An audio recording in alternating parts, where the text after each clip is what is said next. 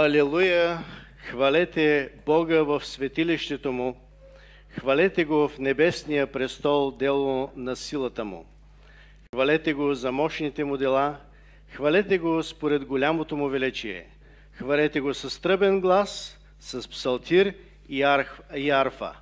Хвалете Го! Затова сме дошли тази сутрин на това място, за да хвалим нашия Господ. Искам да кажа добре дошли на всички вас, които сте тук на това място, да ви приветствам с добре дошли.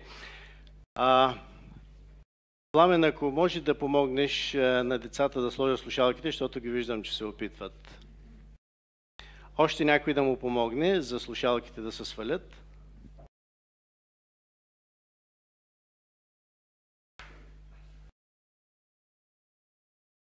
Като казвам слушалки, искам да приветствам и нашите гости, които са дошли отдалеко тази сутрин сред нас.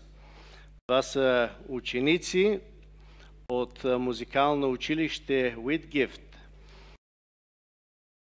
Това е училище, което образова деца в музика, но аз няма да си позволявам повече да давам разяснение, защото предпочитам по-компетентни хора от мене да говорят за него.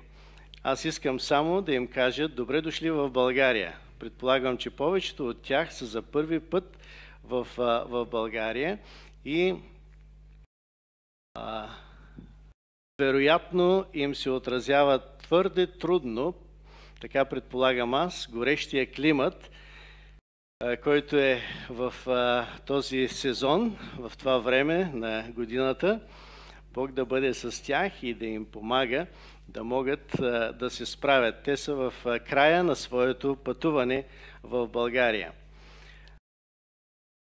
If you need help with the headphones, please raise your hand and somebody will come and fix your headphones. If somebody's headphones are not working, please again raise your hand.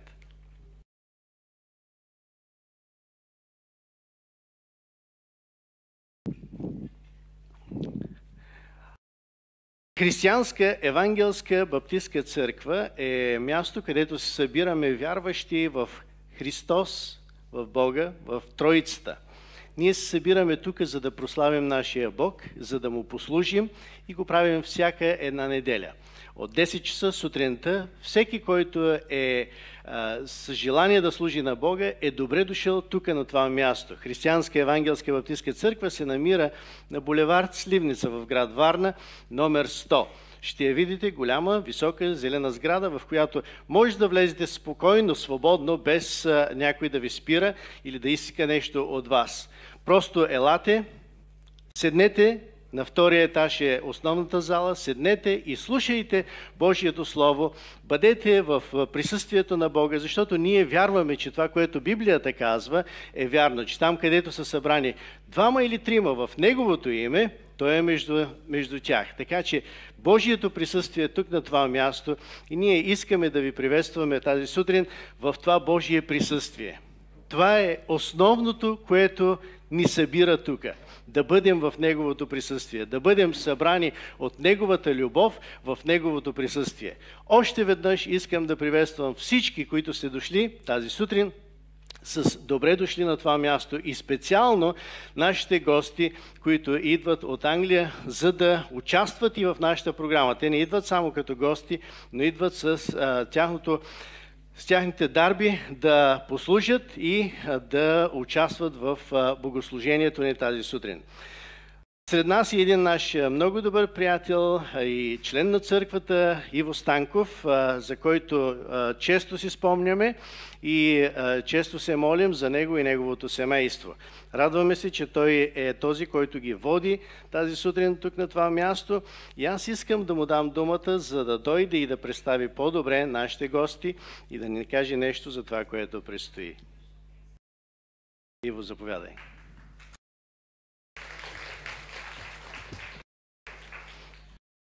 Приятели, много се радвам, че можем още една година да бъдем тук. Радвам се, че можем да бъдем между вас.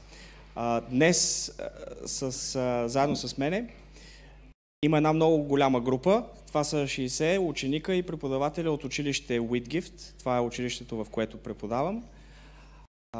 Цигулка. Това са част от учениците, които освен тяхните общообразователни предмети, също така изучават и музика. Училището е голямо, около 1500 ученика. Това е една малка група от музикалния факултет на училището. Заедно с мен е и директора на училището, на музикалната част на училището, Рози Уитфилд. Ще я помоля да каже няколко думи за самото училище. Искам само да ви кажа и да ви поканя на концерта, който ние ще изнесем тази вечер. Той започва в 19 часа в галерия Варна и е част от музикалния фестивал Варненско лято. Ние завършваме нашето турне тук в България с този концерт във Варна. От 10 дни сме тук.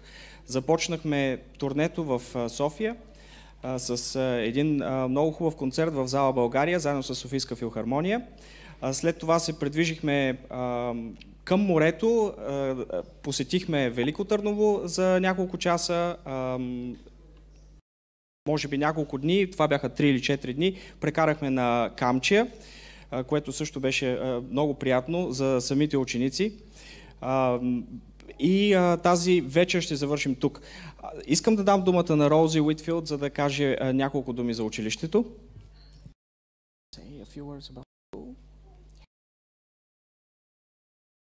Добро утро.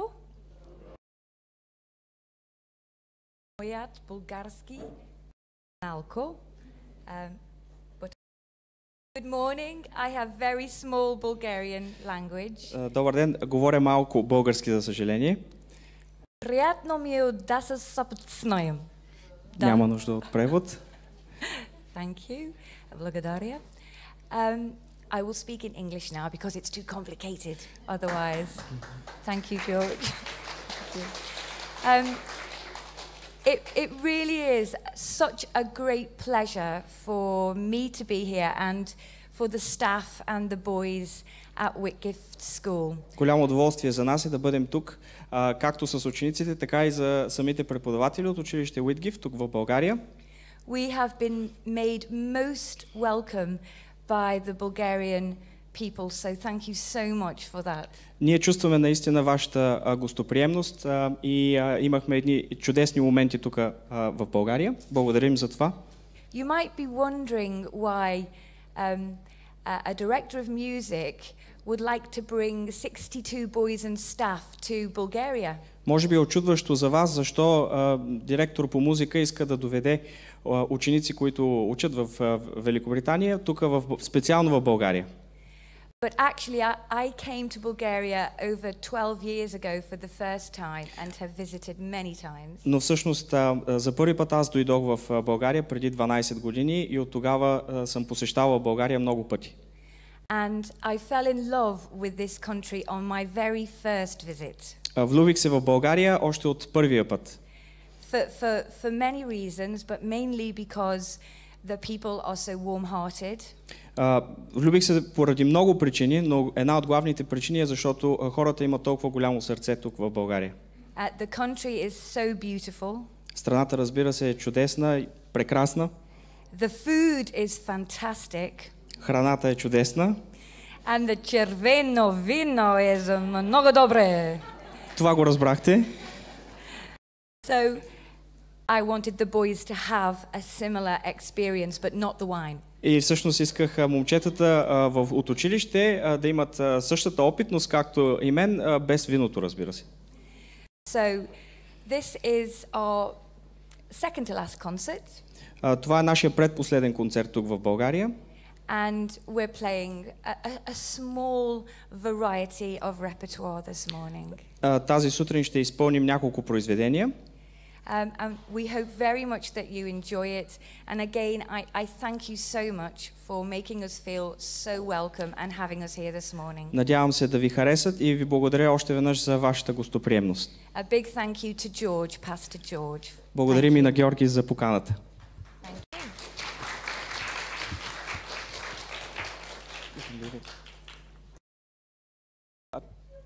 Ние ще продължим с два химна. Твоята вярност е вечна, о Боже, и надеждата ми е в Христа, които ще изпеем заедно с оркестъра и с хора. След което оркестъра и хора ще изпълнят няколко кратки произведения. След това ще дадем думата на Влади за прочит от Библията. No, it's the...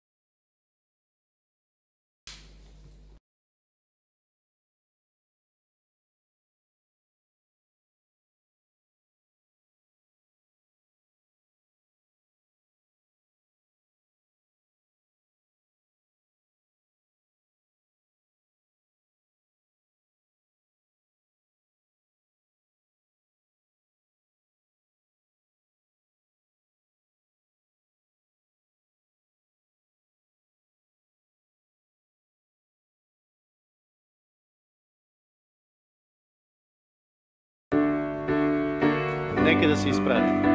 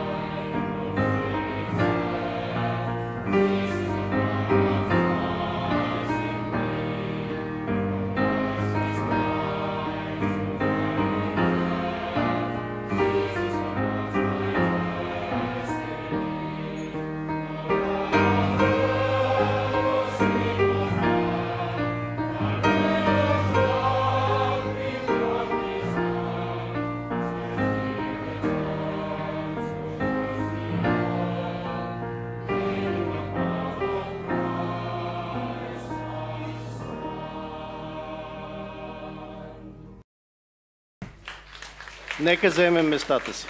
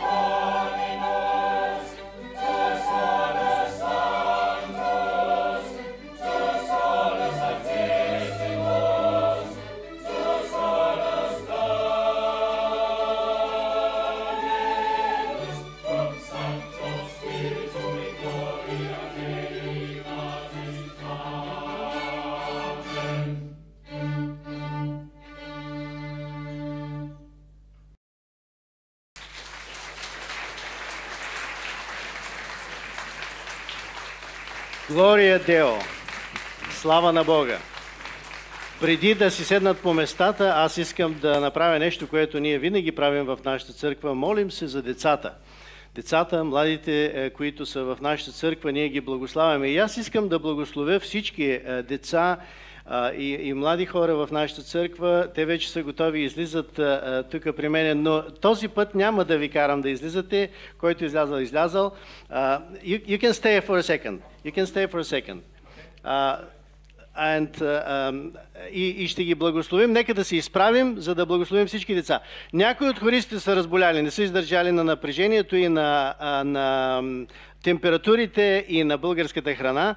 Затова нека да се помолим и за тяхното изцеление. Бог да им даде здраве и да премахне болестите от тях. Бог да ги благослови. Нека да наведем глава. Протегнете ръце за благословение. Вижте колко много деца има пред нас в този ден. Нека да ги благословим. Ако си татко, сложи ръка на детето си там, където си. Ако си майка, също сложи ръка на детето си и го благослови. Там в името на нашия велик и силен, славен Господ, нека да благословим децата си. Господи, благодарим Ти за децата, които си ни дал. Благодарим Ти и Те молим Ти да ги благословиш. Да ги благословиш с благодат, с дарби, с сили и с здраве, Господи. Ние Те молим както за нашите деца, така и за тези, които са наши гости в този ден, Ти да ги благословиш с здраве и с сили и с изцеление, Господи. Нека да си отидат здрави в домовете си. Отнеми болестите, отнеми вирусите, Господи, от тях и нека да са напълно изцелени. Господи, ние разчитаме на Твоята сила на изцеление и Те молим Ти да ги благословиш. Тези, които са болнички сега, Ти се докосни там, където са до тях, Господи. Тези, които са тук и не се чувстват добре, Господи, отнеми дискомфорта от тях, им дай им пълен комфорт в Тебе, пълен мир в Тебе, Господи. Благослови всяко едно от децата, Господи. Ние Те молим и за децата по целия свят. Ти да бъдеш милостив към тях и да им дадеш, Господи, Твоята протекция, Твоята специална божествена грижа да бъде върху тях. Нека деца да не страдат, нека деца да не умират. Господи, нека деца да живеят, за да прославят името Ти, защото те са невинни и те са чисти, Господи. Молим Те, бъди милостив. Молим Те, бъди грижовен към тях и Ти не допускай нито едно дете да не умира по земята, Господи, от тероризъм, от инциденти, от неща, които могат да се случат в природата, Господи. Молим Те, пази децата. В името на Исус молим това. Не защото ние сме заслужили, но защото вярваме в един силен и мощен Бог, който има сила, който може да пази децата. Господи, благослови децата по цялата земя. Благослови и нашите деца тук в името на Исус. Молим това и всички ще кажем Амин. Амин. Може да седнете. You can take your seats now. I just prayed for you, for your health and strength.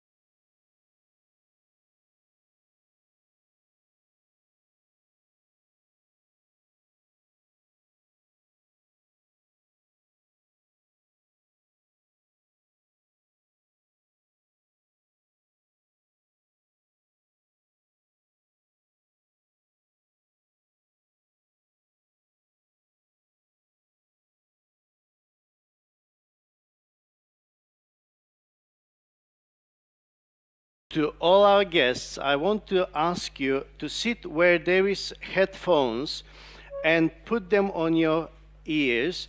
If there is a trouble, please raise your hand and somebody will come and fix the problem. The only problem can be they can be unplugged and fall down, and somebody will plug them. For everyone should be a headphone.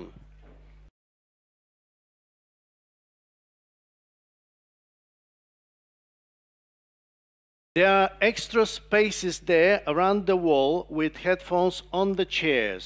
So if somebody is feeling short of headphones, you can sit around the wall. There are headphones on the chairs. Thank you very much.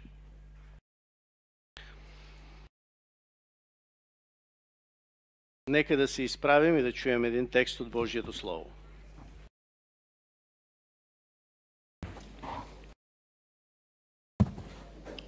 Ще прочетем текст от книгата на Йов, 1 глава, от 13 до 22 стихове.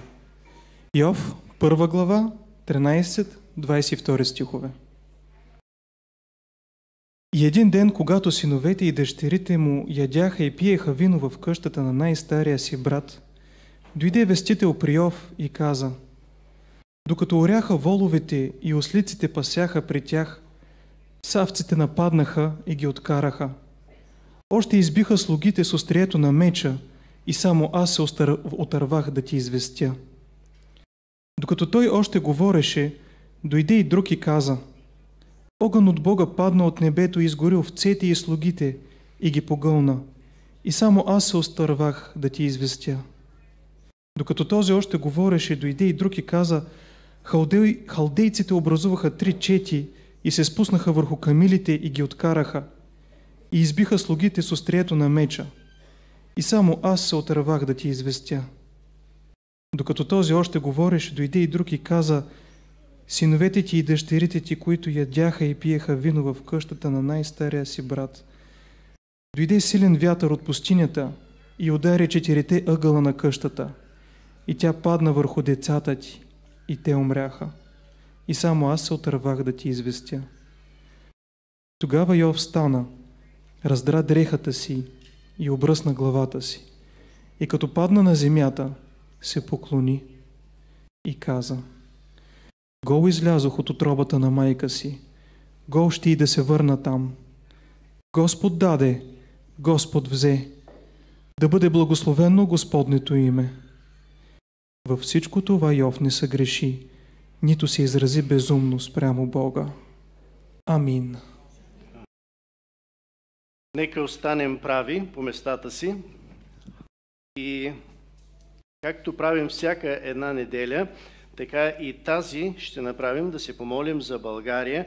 Това го правим обикновено на колене, но тъй като гостите ни са с слушалки, не можем да коленичим. Нека да останем прави и да помолим Божията милост за нашият народ, за нашата страна. Господи, ние се прекланяме пред Тебе в този утренен час и като църква, като общество Те молим Ти да благословиш народът ни. Господи, ние не можем нищо да направим, но с Тебе се чувстваме силни и знаем, че Ти можеш да промениш народът ни. Изкарай го от сферата на неверието. Изведи го, Господи, в светлината на вярата и помогни всеки един, който живее в територията на нашата страна, да се обърне и да извика към Тебе, Господи, да потърси Тебе за Спасител и да Те има в живота си. Господи, помилвай, Господи, спаси. Господи, помилвай, Господи, спаси България. Ние разчитаме на Тебе, ние вярваме в Твоята сила и знаем, че Ти можеш да извършиш това. И Господи, Те молим и настояваме. Вече 14 години стоим пред Тебе и искаме от Тебе Ти да благословиш този народ, Господи. И Те молим и ние вярваме, че ще бъде в името на нашия Господ Исус Христос, че ще бъде благословение над нашата страна, над нашия народ. Молим Те, покланяме се пред Тебе и Ти благодарим, че Те имаме. Амин. Нека вземем местата си. Сред нас едно мило семейство, което ние познаваме, това са семейство Райчинови. И ние се радваме, че те са и тримата сред нас тази сутрин. И аз съм така радостен и привилегирован да дам възможност на брат Влади Райчинов да ни води в нашите размисли тази сутрин, онова, което Бог е вложил в сърцето ни, в сърцето му, да го сподели с нас, да станат размисли на нашите сърца. Благодарим ви, Бог да ви благослови. Благодаря за поканата.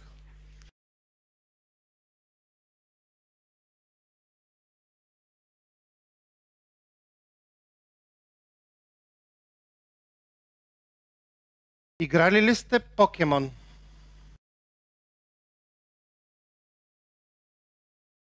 Някой играл ли е Покемон? Няма нужда да вдигате ръка. Взимаш един телефон и на него виждаш това, което виждаш иначе, обаче виждаш и невидими неща, които ги няма по принцип, ама ти ги виждаш. Едни малки цветни дяволчета се разхождат около тебе и твоята задача с телефона е да ги намериш и да ги хванеш. Преди 1 година започна тази игра и стана много популярна по цял свят. Много бързо.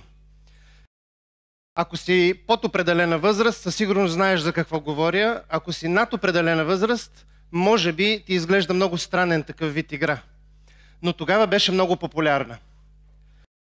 Точно преди 1 година, едно момче на име Християн Тодоров, на 17 години, играеше тази игра в центъра на София. Хванал е телефона си и обикаля квартала, за да търси невидими дяволчета.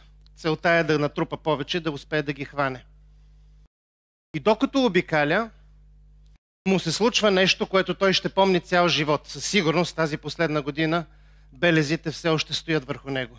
Християн е спортист. Той тренира футбол в спортен клуб Септември и е един от най-добрите изгряващи млади състезатели в клуба. Треньора много го харесва, казва, че има изключително интересен вид техника като футболист и е потенциал след време да се развива в все по-големи отбори. Тази вечер обаче, на 19 юли 2016 година, Християн е със своя телефон, не тренира футбола и играе Покемон. И докато е сам в този квартал, изневиделица идват 20 хулигани. Футболни запалянковци. И искат да проверят той от кой отбор е. И го подлъгват да каже само и името на друг отбор, не техния любим отбор. Той мисли, че те са фенове на други отбор и се подлъгва по тяхната фраза. Казва само еди кой си отбор и те се ядосват и започват да го бият. С лопати, с бухалки, с тръби в гърба от всякъде. Резултатът е, че Християн има пукнат череп, веднага е откаран в болница. На едната му ръка има увредени сухожилия и лекарите казват, че много трудно ще си борави с нея от тук нататък. Бандата същия ден пребива и друго дете на друго място, много близо до полицейското управление и ги зарязва така, просто ги пребива и ги зарязва. Оказва се, че тази банда има фикс идея. Ние ще прочистваме нашия квартал. Квартала им се нарича със звучното социалистическо име Зона Б5 в София. Те вярват, че техният квартал е по-специален от останалите и трябва да бъде изчистен. И за това дебнат от години назад, дебнат за роми по улиците, дебнат за слаботелесни хора, дебнат за наркомани, за чужденци. И ако го хванат някой сам, го пребиват, за да знае повече да не стъпва в този квартал. Полицията ги знае, квартала ги знае, всички ги оставят. Разказвам тази история, защото измина 1 година, тогава беше много шумна във вестниците, може би някои от нас си спомнят за Християн Тодоров. Но я разказвам и по друга причина. Разказвам я, защото тя прилича на една друга история. История, която може би сте чували. История, която разказва за друг пребит човек. Зарязан край пътя. Оставен без някой да го гледа. Вижте как започва тази история. И аз ще прочета от Лука 10 глава, от 25 до 37 стихове. Един законник искаше да изпита Исус и му каза: как да имам вечен живот? Какво пише в Писанието? Запита Исус. Обичай Бога с цялото си сърце, с цяла душа, с всички сили, с целия си разум и също обичай ближния си като себе си. Стъпвай така и ще живееш, каза Исус. Но законникът искаше да се измъкне и за това попита: а кой е моят ближен? В отговор Исус му каза: един човек вървял по пътя, нападнали го разбойници, обрали го и го пребили. Позната история. После избягали и го оставили полумъртъв. Чайно оттам минал свещеник. Но като видял човека, преминал на отсрещната страна на пътя. След това се приближил един левит. Той видял пребития, но също преминал на отсрещната страна на пътя.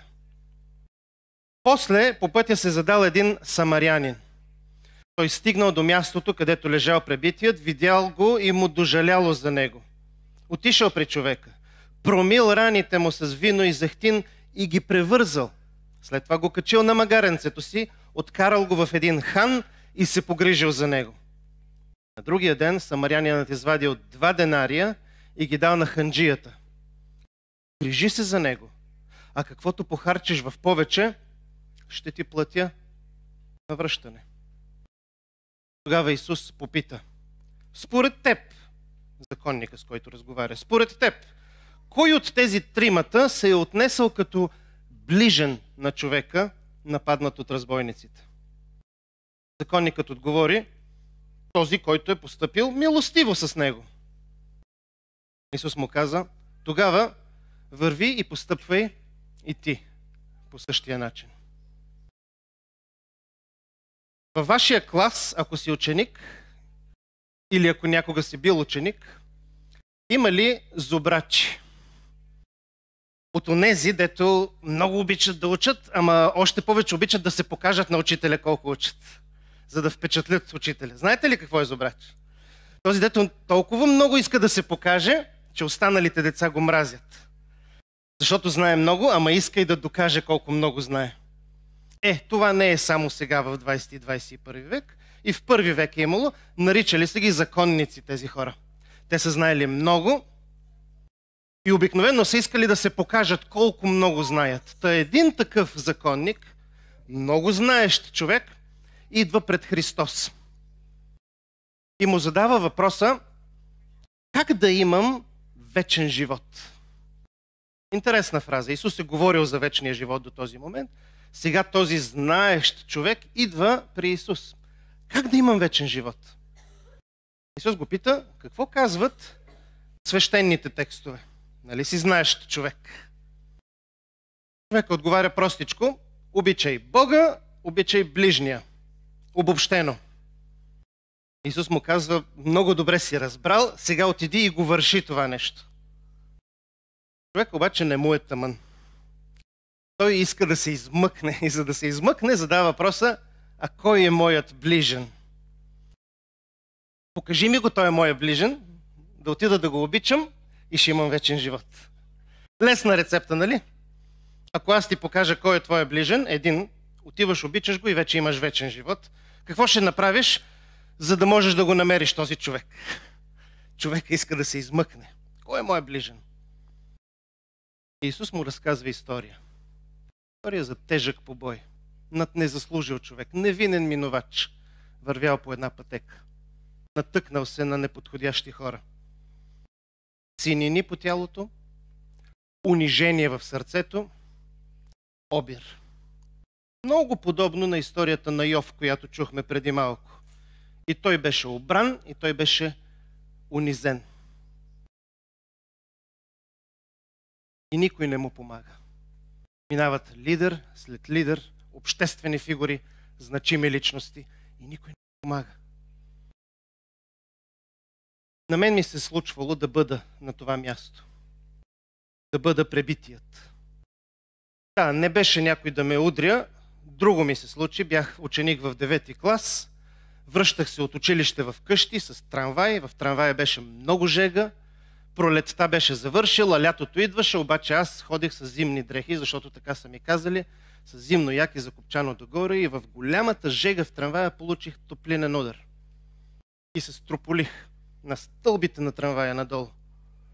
Останалото не го помня. Какво се е случило, не знам. Помня само, че ми изгубих картина. И следващото нещо, което помня, е, че се събуждам, свестявам се в една кофа за буклук, от тези ниските, бетонени, помните ли, имаше такива кофи за буклук преди време, седнал в нея така, че коленете почти достигаха брадичката ми. Празна кофа, обаче някой ме е изнесъл от трамвай и като не е имало къде да ме сложи, ме е сложил там. И докато придобивах картина, едно голямо, почти черно лице на човек от ромски происход, с счупени зъби, това го помня много ясно, застанал пред мене и леко ми бие шамарчета и казва: момче, как си, момче? И ми бие шамарчета, за да ме свести. Каза се, че от всичките българи в този трамвай, мои сънародници, никой не ми беше помогнал. Единственият, който ми помогна, единственият, който ме е вдигнал, пренесъл ме и ме свестява и проявява сърдечна загриженост, е човек от друга раса. Човек, когато от тая раса, дето ние българите много често пренебрегваме и тъпчем. Вярно ли е това? Расисти ли сме българите? Ние не ги харесваме ромите, защото смятаме, че са под нас. Но точно такъв човек дойде и на мен ми помогна. И аз се почувствах като човека в канавката. Паднал, изгубил всичко и изведнъж някой, най-неочакваният човек ми помага. Това прави за тебе Божият син. Това направи за мене и за тебе Божият син. Ние всички бяхме в канавката, паднали, смачкани. Той идва и ни протяга ръка. Той идва и превързва раните ни. Той идва и ни прегръща внимателно, приповдига ни, плаща за възстановяването ни. Най-добрият приятел, когото имаш и когото можеш да имаш, е Исус Христос. Няма по-добър от Него. Защото Той прекоси огромната бездна от небето до тук, за да дойде и да се погрижи за тебе и за мене. Той е най-неочакваният приятел, защото ние бихме очаквали хората около нас да помогнат. Но Той дойде от отвъдното заради тебе. Исус стана един от нас заради тебе. Ще запазя 10 секунди тишина, за да може тези думи да попият в сърцето ти. Исус стана един от нас заради тебе.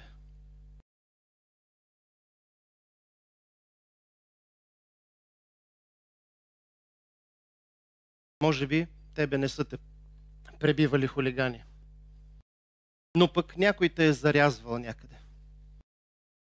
Някой ти е обръщал гръб някъде. Някой е забивал нож в гърба ти. Някой те е наранявал. Някой те е обиждал. Някой те е изоставил.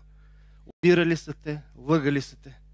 Колкото и пъти да си бил нараняван от околните, има един добър самарянин, който се спира до тебе, лично заради тебе. Той слиза от магарето си, той превързва раните ти, той се грижи за душата ти, той плаща всички разноски за сърцето ти. Той заплати за тебе. Оставил е славата си заради тебе. Живял е в мизерия заради тебе. Оставил се е да го хулят заради тебе. Поемал е побой и подигравки върху себе си заради тебе. И накрая умира заради тебе. Защото те обича. Най-добрият ти приятел е добрият самарянин, който слезе от небето заради тебе. Завършвам с една илюстрация. От далечно място, от друг континент, съвсем различна култура. Най-голямото бунище в света се нарича Жардим Грамачо. Грамадната градина, превод от португалски. То се намира близо до Рио де Жанейро. Толкова е огромно, че на него всеки ден се стоварват 7000 тона буклук. Представете ли си какво означава това нещо като количество измет? На бунището живеят 13 000 души и се хранят от това, което се изхвърля от останалите. 13 000 души е един малък град в България. Това бунище само по себе си излиза като градче. 3000 от тези 13 000, които живеят там, имат конкретна цел. Тяхната задача е да събират и да сортират буклука. Наричат ги по-португалски катагорес. Половината от тях имат лиценз да сортират буклук, другите просто го правят от добра воля. и събират каквото може да се рециклира. Бутилки, маркучи, хартия, желязо, кашони, каквото намерят, го събират. След което идват други камиони, които товарят сортирания буклук вече и тези хора получават възнаграждение за работата си. Ходят облечени със специални дрехи, за да бъдат разпознати. На снимката не се вижда много добре, но може би тези жълтите дрехи, ако ги виждате, това са тези катадорес. Някъде наблизо, на един хълм, статуята, наречена Исус Христос Изкупителя, гледа към богатата част на Рио де Жанейро. Там, където един апартамент струва $1 милион. Зад гърба му обаче е това бонище. Забравено от всички. Туристите не ходят към бонището. Те не отиват там на излет. Никой не ходи на това бонище, освен ако не си принуден или освен ако не живееш там. Никой, освен един човек. Един художник на име Вик Мунис. Вик Мунис е художник и фотограф. И той измисля много интересен проект, за да създаде шум за това бонище. Могат хората да разберат. Проекта му е да намери 5 поне от катадорес, от хората, които живеят и сортират буклука, и да ги снима със своя фотоапарат. След това увеличава снимката и пак я снима и след малко ще ви разкажа как точно я прави. Но намира 5 човека, след като дълго време се кандардисва с много от тях. Един от 5 е момиче на име Суелем, на 18 години. Вече родила 2 деца. Работи от 7 годишна на това бонище. Друга момиче е Исис, алкохоличка и наркоманка, но работи на това бонище. Цумби е момченце на около 11, което чете всяка книга, намерена на бонището. Изключително любознателен. Ирма е възрастна баба, която, когато се намери някаква храна в това бонище, тя изчиства лошото от храната, останалото го сготвя и черпи и всички около себе си. И 5-тият човек, момче на име Тиаго, който организира катадорес, тези събирачи на буклуци, в малък профсъюз, за да може да се защитат правата им. Тези 5, Суелем, Исис, Цумби, Ирма и Тиаго, фотографът Вик Мунис ги снима един по един, в различни пози. Единият легнал, други 2 се целуват, трети нещо друго прави. Снима ги и увеличава снимките с размерите не на 5-10 метра, не на тази зала, увеличава снимките с размери на малко волейболно игрище. Представете ли си колко голяма е тая снимка? След което разполага я долу и започва да събира буклуци от бонището, да ги нарежда върху снимката, така че отгоре, като гледаш, да не виждаш буклуци, а да виждаш образа. Много интересен проект. И изведнъж се оказва, че бутилките, които на бонището не служат за нищо, се превръщат в човешки вежди. Това вече е снимката отгоре погледната от 5-тия етаж. Кашоните се превръщат в човешки бузи. Гумите от автомобили стават светлосенки. Всички тези снимки, искате ли да видите още? Ето една жена уморена, виждате ли бутилките и гумите? Всичко това са буклуци, които той нарежда, за да се виждат като образи. Ето още една снимка. Същата жена, по-добре гледана. Двете горе неща, които виждате, всъщност не са гуми, а са тоалетни чини. Ето още една снимка. И ето още една. Всички тези снимки той отново ги снима отгоре и ги подрежда в изложба. Тази изложба вече се оказва втората по популярност изложба, художествена изложба в цялата история на Бразилия. На второ място по популярност. На първо място някакъв художник на име Пабло Пикасо или нещо такова. Но на второ място изложбата генерира толкова много приходи, че правителството заради нея и проекта на Вик Мунис решава да затвори бонището. Защо го разказвам? Разказвам го, защото това, което Вик Мунис прави за тези хора, е подобно нещо на това, което Исус направи за нас. Той ни намери там, където бяхме паднали, смачкани и презрени. и направи от нас нещо толкова красиво, че целият свят сега недоумява какво е това и кой е този, който го е направил. Исус дойде на бунището на тази земя заради тебе и заради мене. Толкова много те обича. Той използва боклуците около нас и в нас, за да направи най-красивото нещо в тази вселена. Своите деца са намирани днес като неговата чиста и непорочна булка. Бихте ли навели глава и аз ще се моля.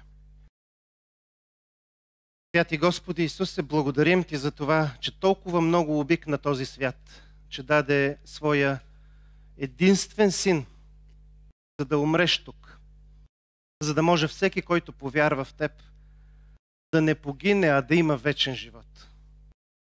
Искаме днес отново да си повторим, че ние ще Те следваме като нашият най-добър приятел. Покланяме Ти се. Обичаме Те. Амин. Амин. Може би тази сутрин ти не се чувстваш в богатата част, в хубавата част на живота. Може би чувстваш изоставен, самотен или пък болен с физически дискомфорт. Или може би в училище имаш проблеми, за които не искаш да си спомняш, и те е ваканция, но те са там някъде в миналото, на изминалата година и те тормозят.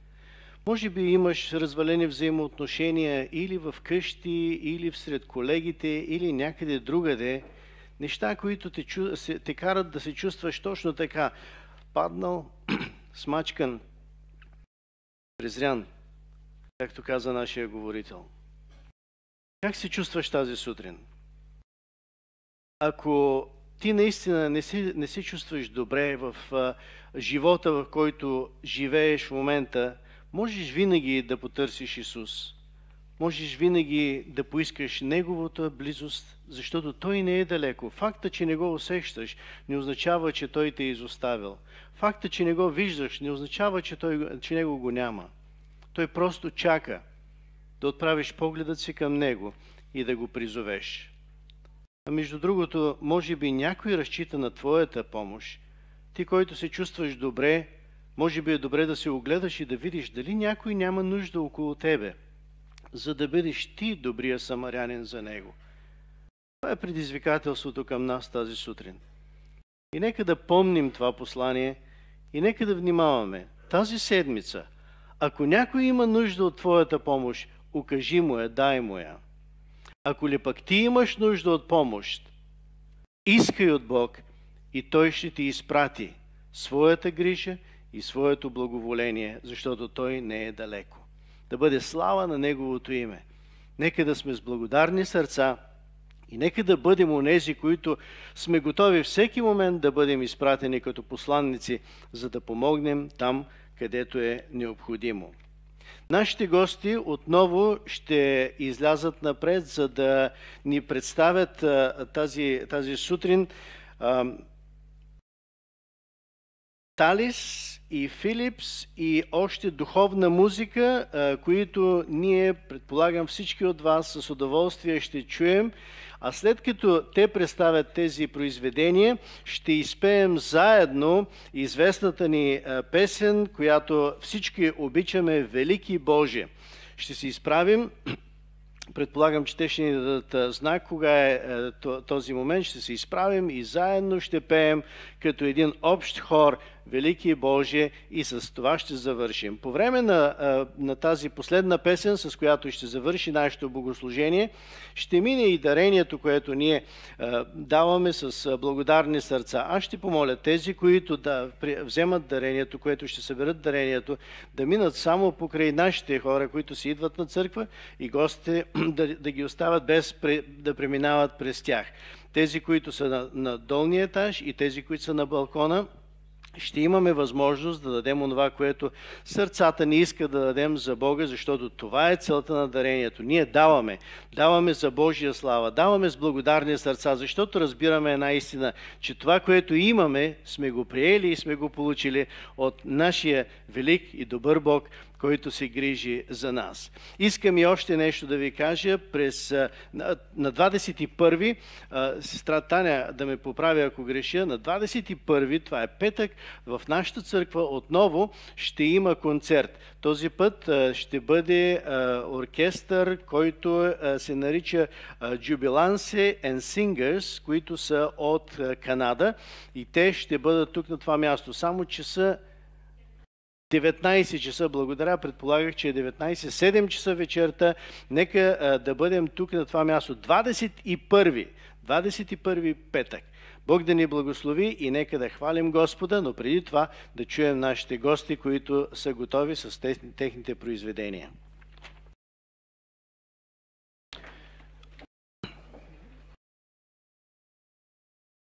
You can leave them on the chairs. Don't worry about the headphones.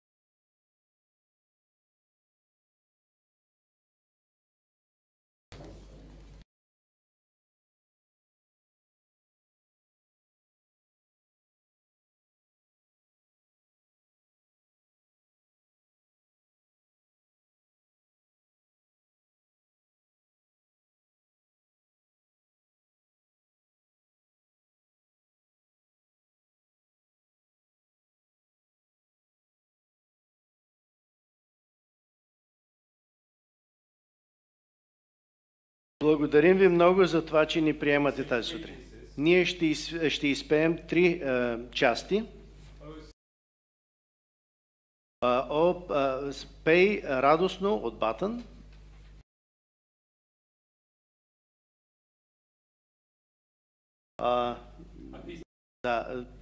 Нещо от Талес. И от Стивен Полъс "Пътят за дома".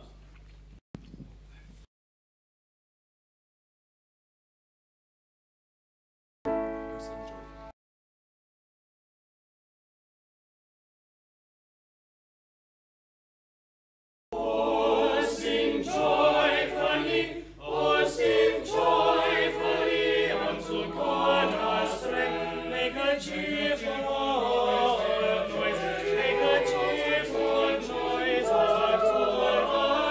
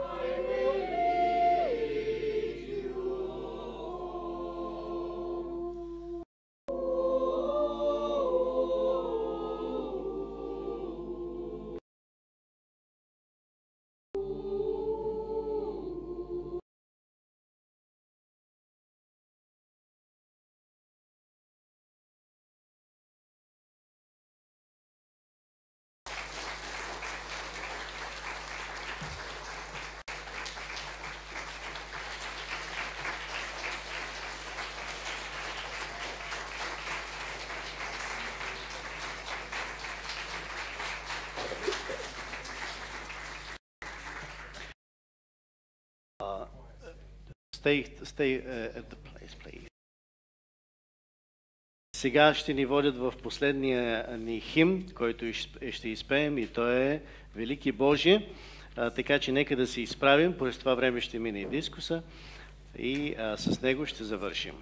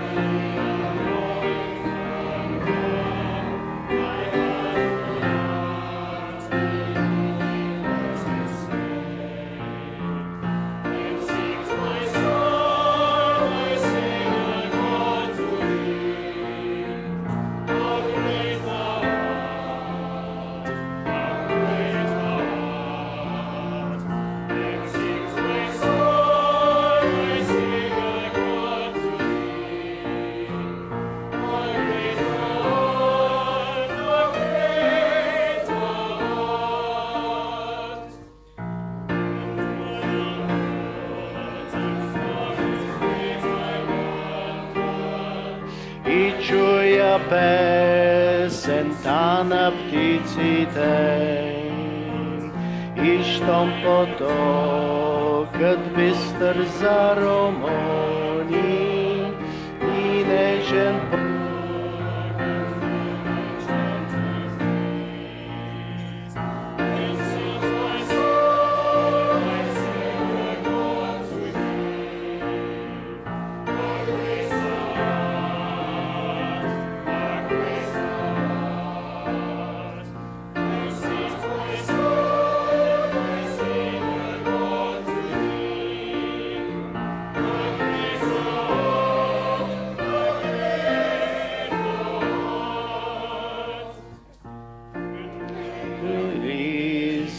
как на смърт изпрати Отец един.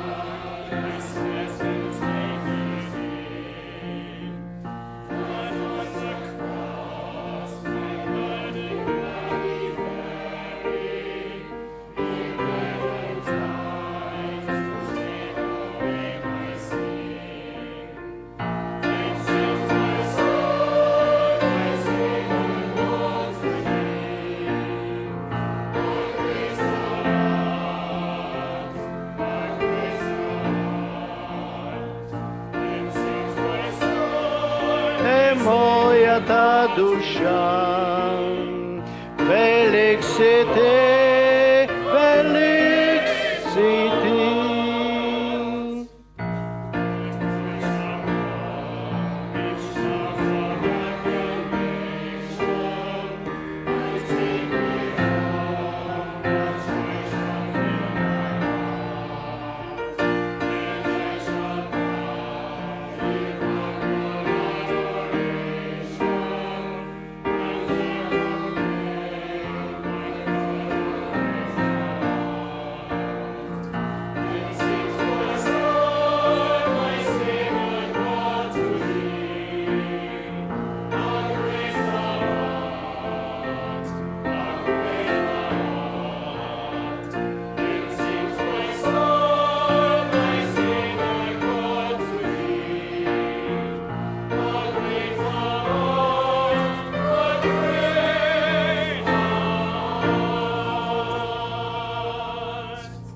Ще завършим с благословение, след което ще сте свободни. Искам само да кажа, че след обед, онези, които имат желание да се молят за града, нека да дойдат в 6 часа, не в 5 часа, а в 6 часа тук, защото ще направим молитвени обиколки на места в града, където смятаме, че трябва Бог да се намеси, да извърши чудни дела. 6 часа заповядайте тук. Хористите нека да останат на кратка среща след службата.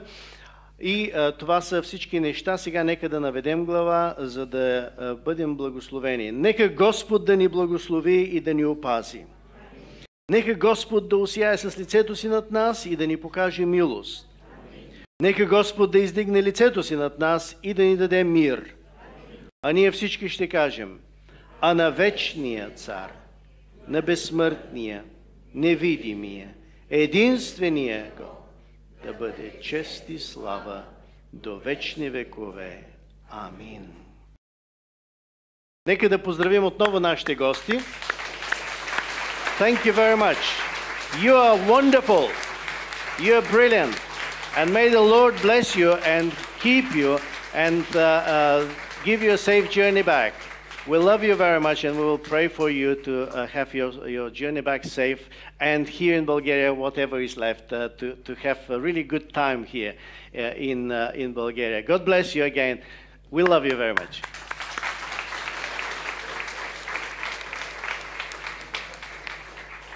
С това нашето богослужение завърши. На всички ви желая благословенна седмица.